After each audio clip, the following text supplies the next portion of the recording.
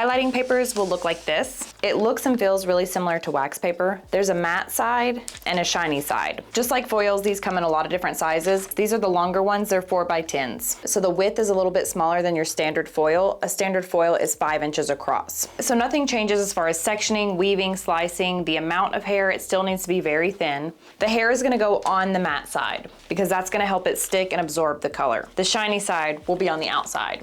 So you section your hair just like you would do a regular foil. And all you do is place the paper. The paper matches the line. This is a horizontal line, so the paper is gonna be horizontal, and you just lay it down. So you don't fold it over your comb like you would a traditional foil. You just stick this up to the section line.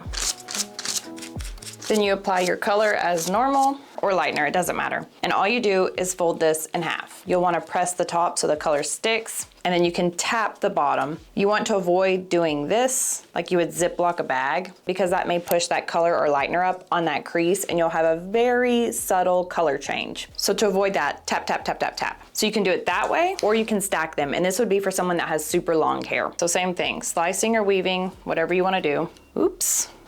Paper to the root with the matte side, apply the color. And usually when I'm using paper, which I actually use paper a lot because my foils are just not the neatest, these are a workaround because they're extremely neat. Also, I find them easier, they're better for the planet. You do have to clean them first before you recycle them. The only downside is they are more expensive, but if you buy them in bulk, like 1,000 sheets at a time, it's a lot cheaper. So you've got your hair color, so now you can take the matte side again and just slap it on top. And just like foils, you wanna avoid clipping them up, moving them. We wouldn't finish a foil and then clip it up because look, you're exposing the root, leakage may happen, they're going all over the place. Once they're foiled, they should stay there. So just like the paper, once the paper's applied, it stays there. So bottom to top.